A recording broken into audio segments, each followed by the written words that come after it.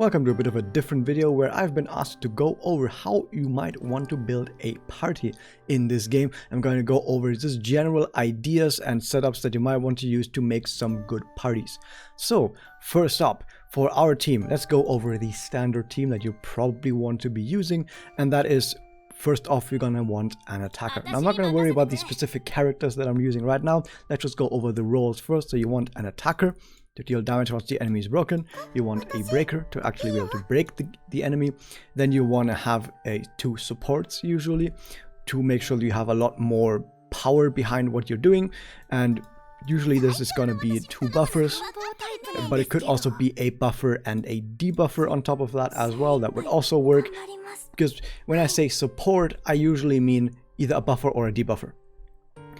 In most cases, you don't actually want two debuffers, because right now there's not that many different types of debuffs that stack with each other. So a Ren, for example, does both defense down and damage taken up to the enemy, which is already both of the debuffs that you can use to increase your damage. So adding more to that isn't going to do much. But as far as buffs are concerned, there's many different types of buffs that you can use to increase your damage.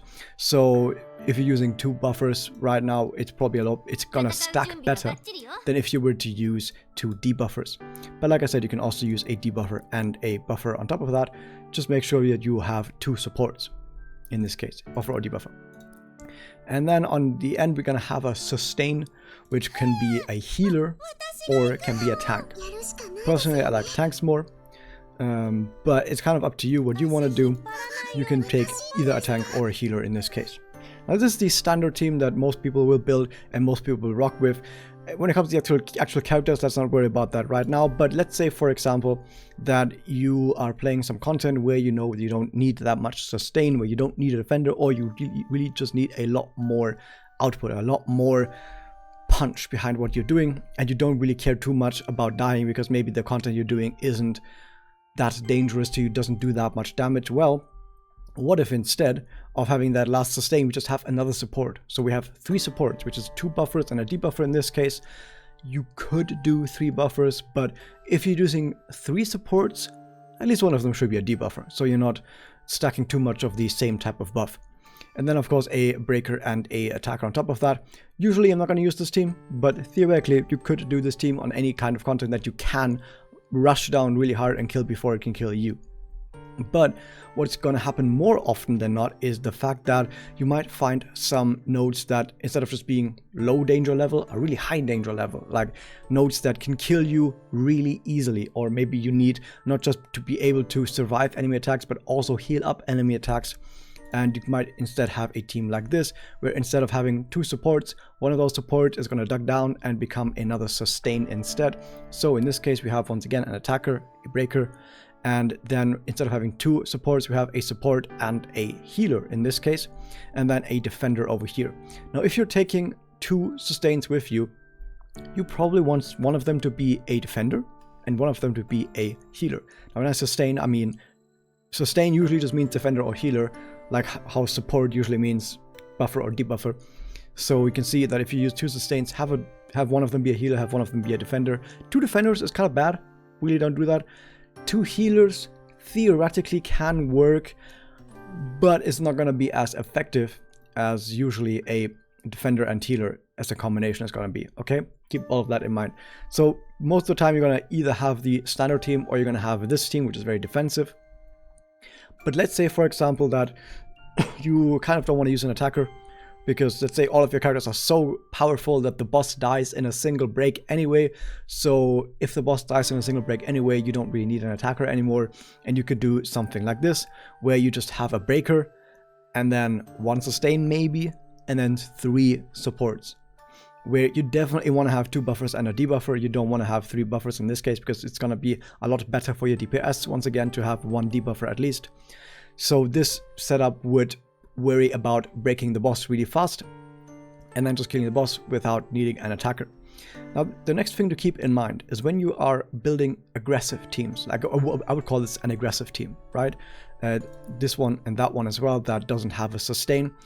You want to make sure that in order to stay alive more easily and put more pressure on the boss, that you want to prioritize characters that either give speed or give action advance to the party. So let's say, for example, I'm playing this team, I don't have a sustain.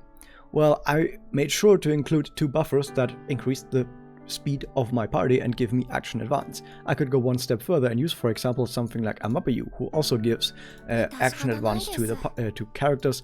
I can also use something like a Hazuki, of course, if we're talking about low rarity, to make sure that I break really fast, so then I can give extra turns and action advances to the breaker, and then the breaker can break really fast. Now, does it make sense to instead use 2 breakers? Theoretically, you could use 2 breakers instead, but here's the reason why I don't like that. It's because instead of using 2 breakers, if one of those breakers was a Hazuki instead, it's usually gonna be similarly as effective.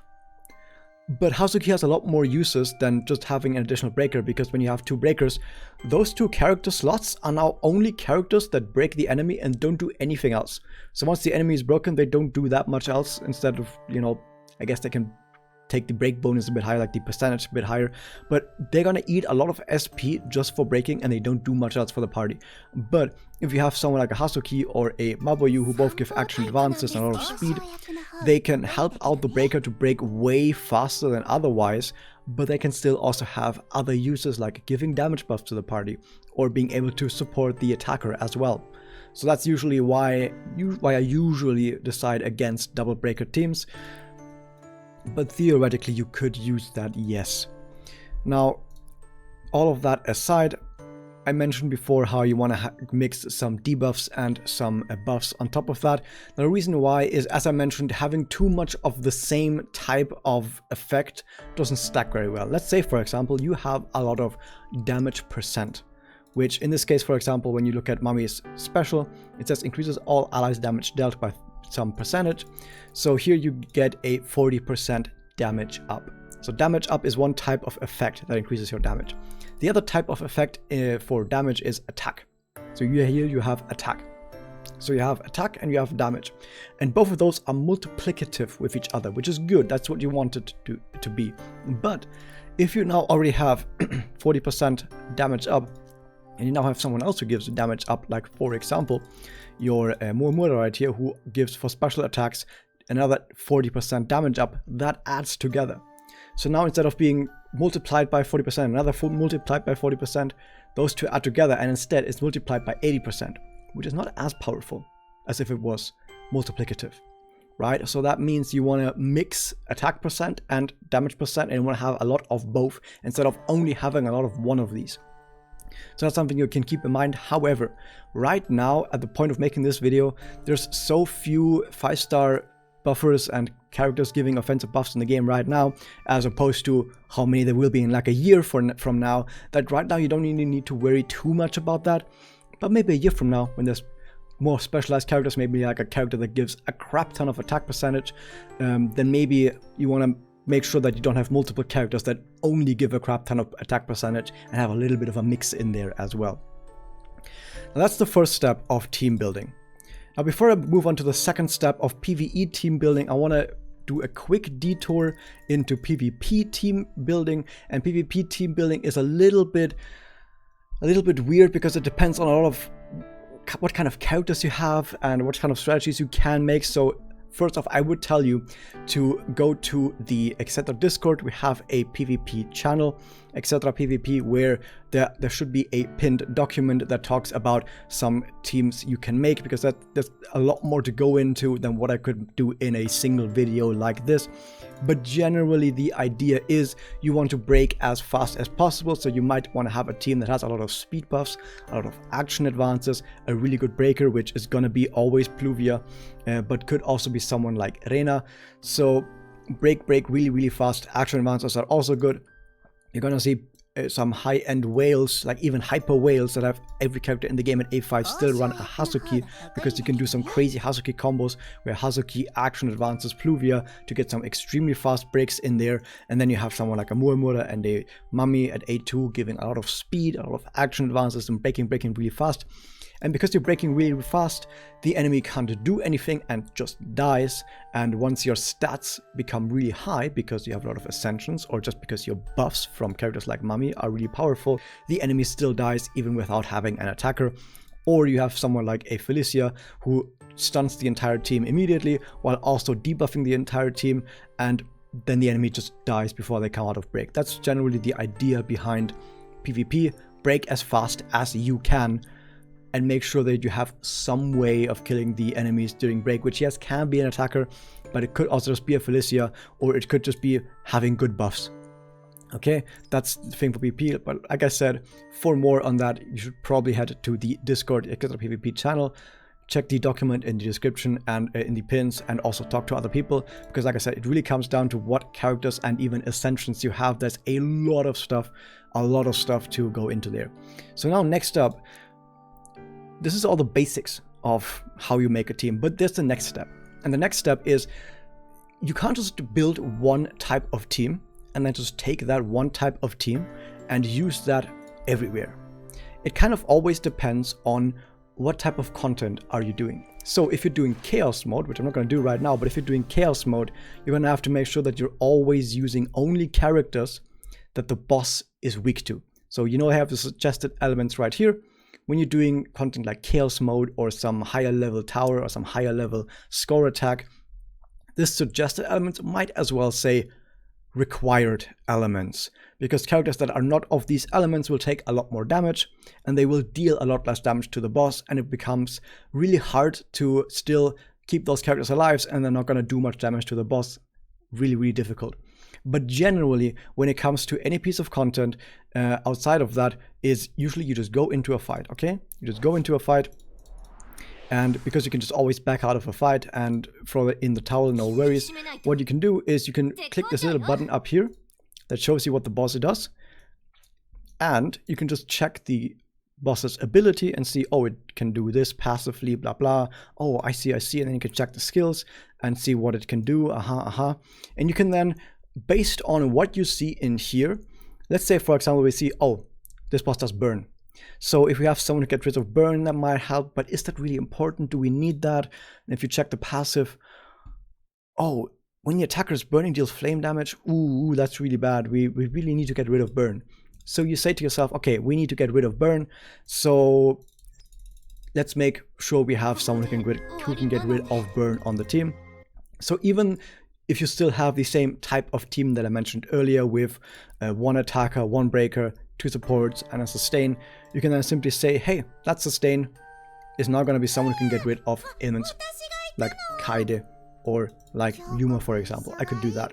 Let's say, for example, that you're running the double sustain, where because the boss doesn't really have any mechanic to deal more damage as the fight goes on, because the damage buffs that the boss gets reset every turn, you can just do something like this, where you have both a defender and a healer, and because you read the boss's description, you know that the boss doesn't get stronger as the fight goes on. Therefore, if you can just survive a handful of turns with a defender and a healer, you can play the boss for eternity, or for 100 cycles, but let's forget about that.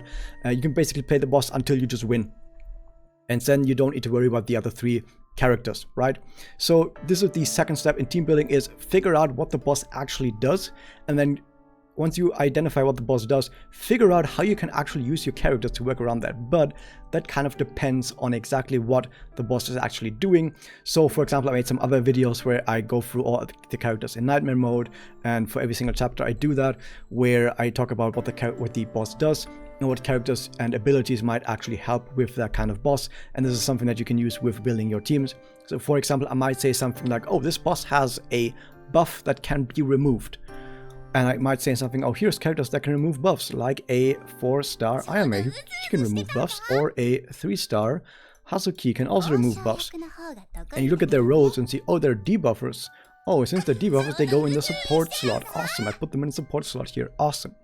So that is also something that helps you figure out how to fight each boss, is with the guides, or of course on Discord. Once again, you can just talk to people and ask about what characters might be good against each boss, and that will help.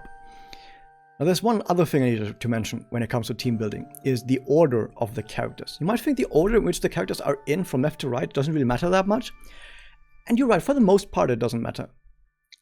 But it still matters a little, because of the following. If you go into your help right here, you have your help right here, and if you go to the segment on should be attack priority. There it is, target priority. It tells you the following. When you get attacked by enemies, they will first try to target your defender.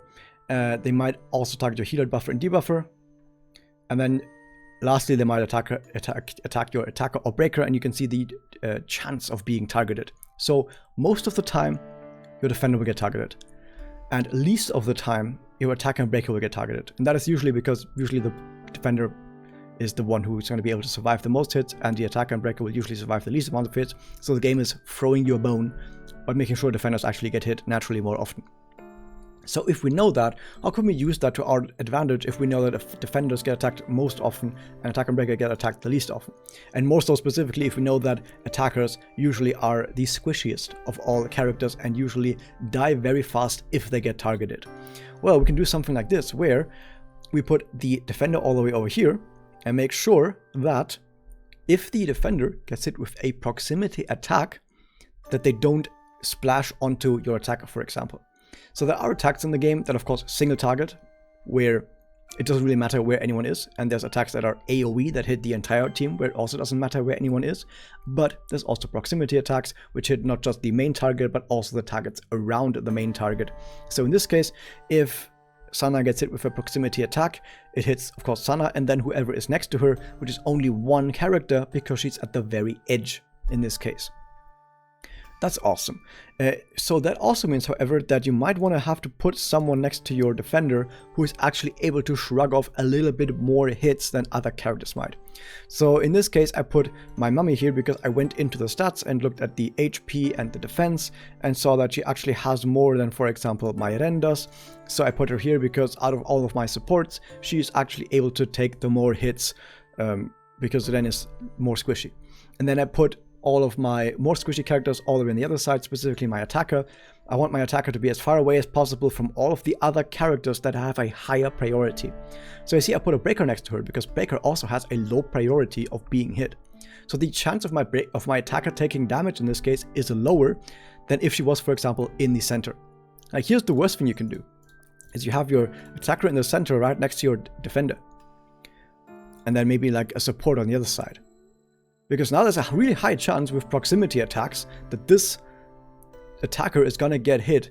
And attacker, like I said, are usually quite squishy. Like Homura, for example, even Madokami is really squishy and dies really easily because they have really low HP and really low defense. So right now this Momoko is a lot more likely to die than she is in this lineup. So that's another thing to keep in mind. That's basically mostly it for team building, however. I will say though, like as I mentioned earlier, I kind of mentioned it, but specifically when you're doing really, really high level content after Nightmare, even when you're doing Chaos Mode, none of this that I mentioned right here becomes the focal point. The actual focal point becomes elements. The very first Chaos boss is weak to Light, Grass, and Void. So you're only going to use Light, Grass, and Void characters. So I made a team that is also one attacker, two buffers, a healer, and a breaker, or a sustain rather on this side, to make sure that I actually have the correct elements. Now the actual lineup of this, the ordering is not correct, by the way. As you can see, maybe I should be using a different order. But the point is, elements wise, this is what you want to use with your elements. There's also theoretically another thing you might want to worry about, which is when it comes to cleansing ailments, because healers like Kaede or Yuma, they cleanse ailments in proximity.